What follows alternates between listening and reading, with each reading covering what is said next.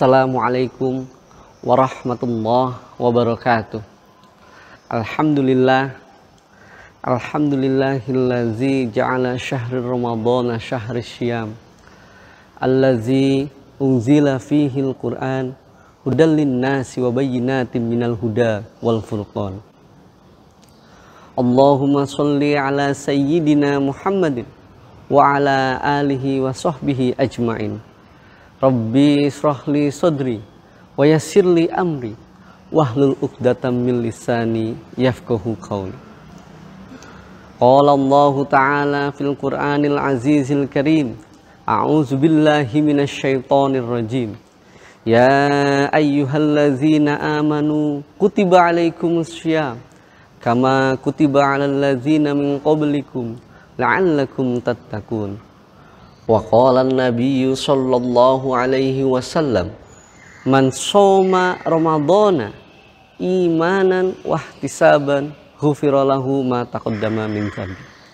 Hadirin hadirat jamaah muslimin wal muslimat dimanapun Anda berada, mulai tanggal 24 April kemarin kita sudah memasuki bulan suci Ramadan, bulan yang dinanti-nanti oleh umat muslim seluruh dunia, bulan yang penuh dengan keberkahan, bulan yang penuh dengan rahmah, bulan yang penuh dengan maghfirah, di mana di dalam bulan puasa itu semua umat muslim punya kewajiban untuk berpuasa sebagaimana dijelaskan dalam surat Al-Baqarah ayat 183.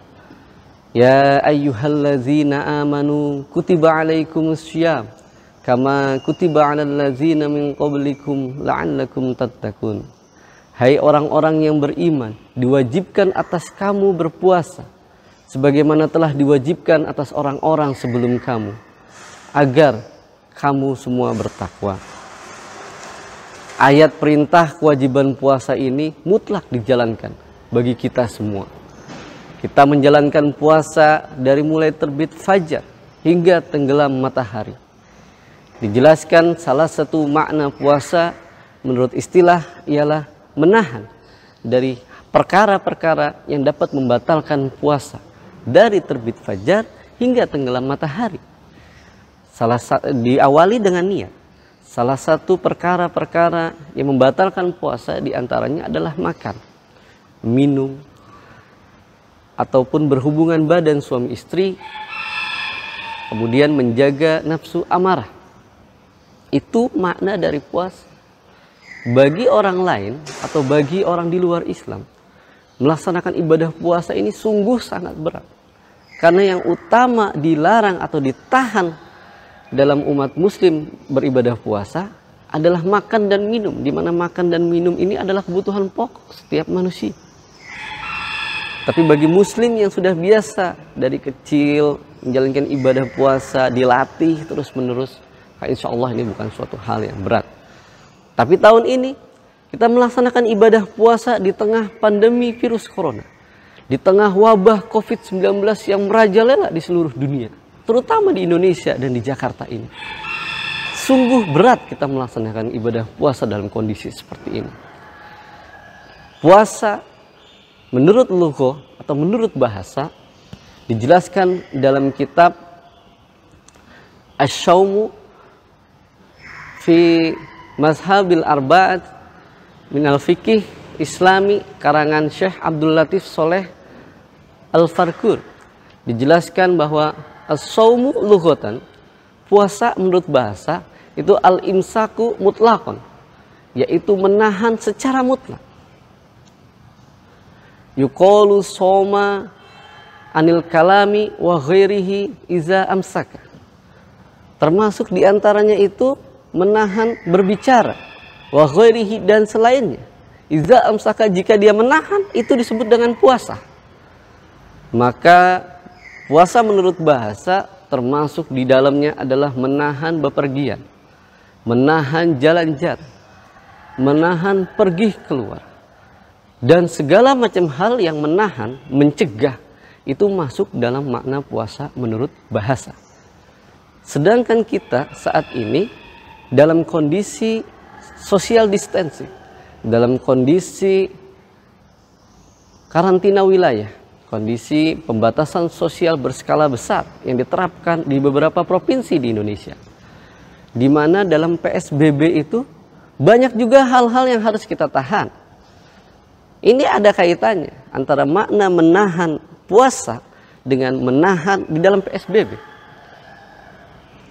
Yang tadinya kita bekerja, berangkat ke kantor, setelah PSBB tahan bekerja dari rumah. Yang tadinya kita berangkat jalan-jalan ke mall, tahan. Kita stay at home, kita tetap di rumah. Yang tadinya berangkat sekolah, tahan. Sekolahnya home learning, belajar dari rumah. Semua hal itu ditahan sama dengan prinsip dasar atau makna dasar dari puasa, yaitu menahan. Jadi kaitannya antara menahan diri di dalam puasa dengan menahan diri di dalam PSBB ini saling memiliki keterkaitan.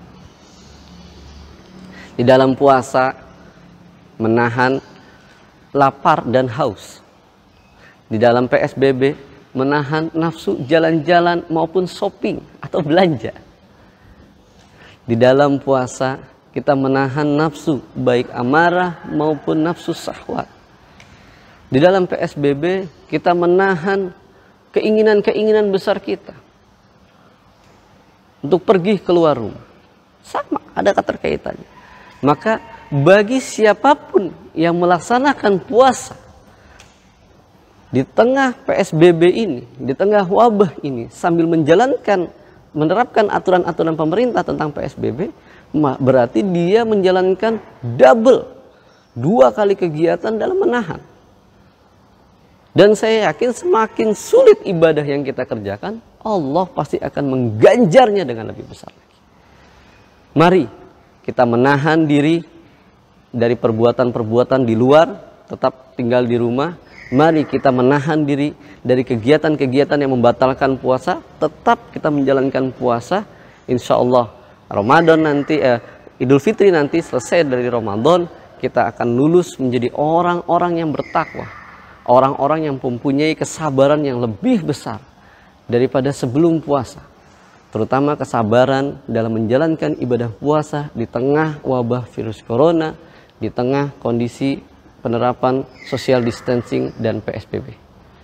Dan yang terakhir yang ingin saya sampaikan adalah, jika kita berpikir positif, maka musibah sebesar apapun, musibah sedahsyat apapun, pasti ada hal positifnya.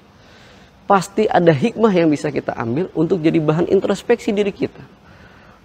Tapi sebaliknya, jika kita berpikirannya negatif, maka keberkahan, kebahagiaan, bahkan rizki yang berlimpah pun pasti akan kita rasa kurang dan akan selalu ada celah untuk selalu kita mengeluh.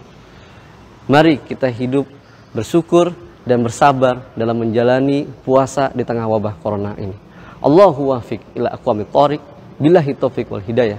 Assalamualaikum warahmatullahi wabarakatuh.